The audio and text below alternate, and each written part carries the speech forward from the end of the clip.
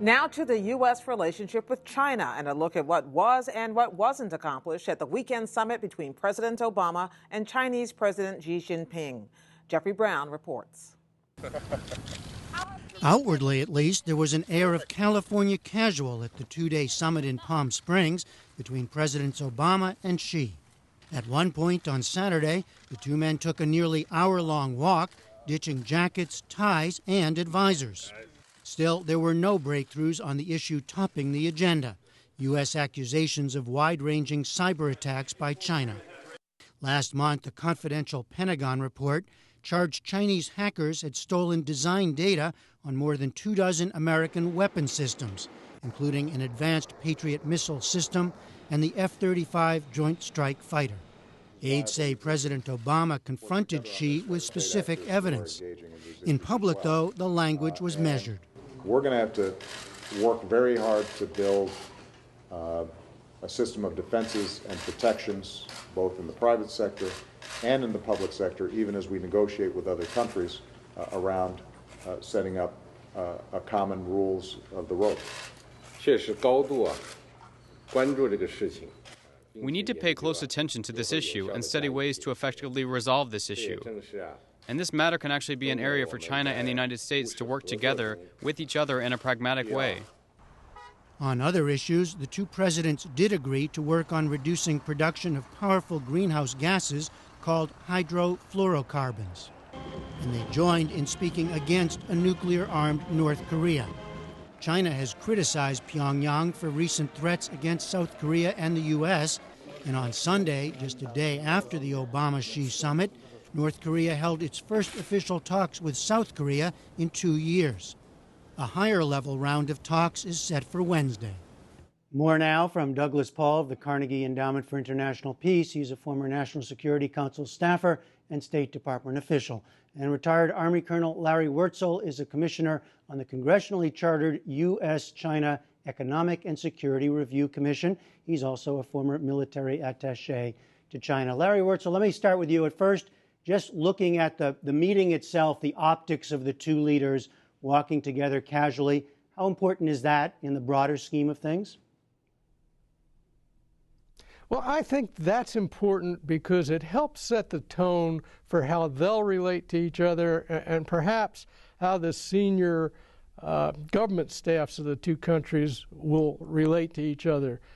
But beyond that, not a lot was accomplished here. Well, Doug Paul, let me bring you in. Is it more at this point about fleshing out the larger relationship or about accomplishing specific things along the way? It's very much about the larger relationship.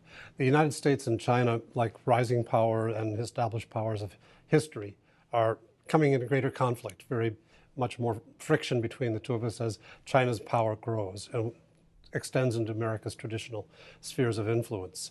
How to manage that and to keep it from becoming out of control, leading to conflict, is a big challenge. Mr. Xi Jinping is coming in for 10-year tenure of office by all expectations. Getting him early to think about these big issues and to put before him those big issues, our ambitions and our fears, in a kind of quiet setting is a way to sort of shape China's responses to this developing situation. But when you say big issues, you mean the big issue of the relationship between the two, as opposed to, say, cyber spying? Well, cyber and spying are part of it. It's a big and important part of it. But we also have our navies floating nearby their navies. We have intelligence aircraft and ships near the Chinese coast. We've got important territorial disputes between China and its neighbors. And we have the big issue of North Korean nuclear proliferation. Larry Wurtzel, come in on that. I mean, are you suggesting that we should be pushing more on something like cyber spying and not worry so much about how that impacts the larger relationship? Well, I think how we push an issue is important. But quite frankly, Xi Jinping laid down a number of very strong markers that highlighted where we disagree on sovereignty in the Senkaku Islands, on U.S. arms sales to Taiwan and issues relating to China's sovereignty. And his foreign minister, Yang Jiechi, made it very clear that although China may agree that in the long term the Korean Peninsula should be denuclearized, we take very different approaches to it. So I think in the end, what this did for Xi Jinping is to strengthen his own message at home of a strong China, strengthen his Communist Party line about China's dream, and to strengthen the idea that China is now a great power state, which was part of his press release. I'm wondering about that, Doug Paul. Is a meeting like this, picking up on that, more important for the Chinese than it is for us? I doubt it's more important for them than for us. I think it's going to be equally important in the long run. This is an era of great interconnected issues, and we have nuclear weapons overhanging us. If we can't work our way through some of these problems, no matter how nationalistic each of our leaders has to be for his respective domestic audience, we could have a disastrous 21st century. So it's really important to throw the Hail Mary pass, to try to make something work out of this. We're not going to know the results of this for a while. We've had small discussions on cybersecurity and on HFCs, which were in some ways positive. But the real test of this is going to be a few years from now. What about on the North Korea issue? Did you see much movement or anything of import there? There's been important movement by the Chinese on the North Korean issue. Whether it amounts to anything truly substantial will take some time. China used to always say our first interest is stability on the peninsula, our second is denuclearization. They've now shifted those priorities, putting denuclearization first, which means implicitly that they were willing to take some risk of stability to restrain North Korea's nuclear development.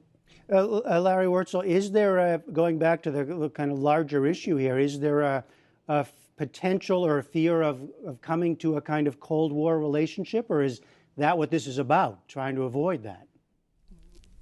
Well, I mean, we're certainly in a number of areas in a competition and to a certain extent confrontational relationship. I think it's useful if both leaders can back away from that. We are not going to agree on a lot of things. And I think on the Chinese side, they're probably a little bit concerned that the tone of what came out of this gets delivered once the National Security Advisor changes. And they're probably a little concerned about what happens when we get a new UN ambassador who has focused on human rights. Oh, explain that for us a little bit. You mean because there's a new team coming in? There's a new team coming in.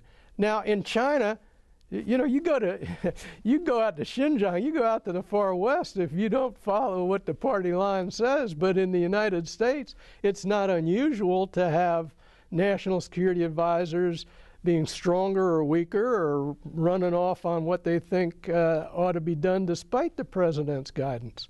But I am pleased to see that President Obama reinforced the importance of the rebalancing to the Pacific in his remarks about this summit.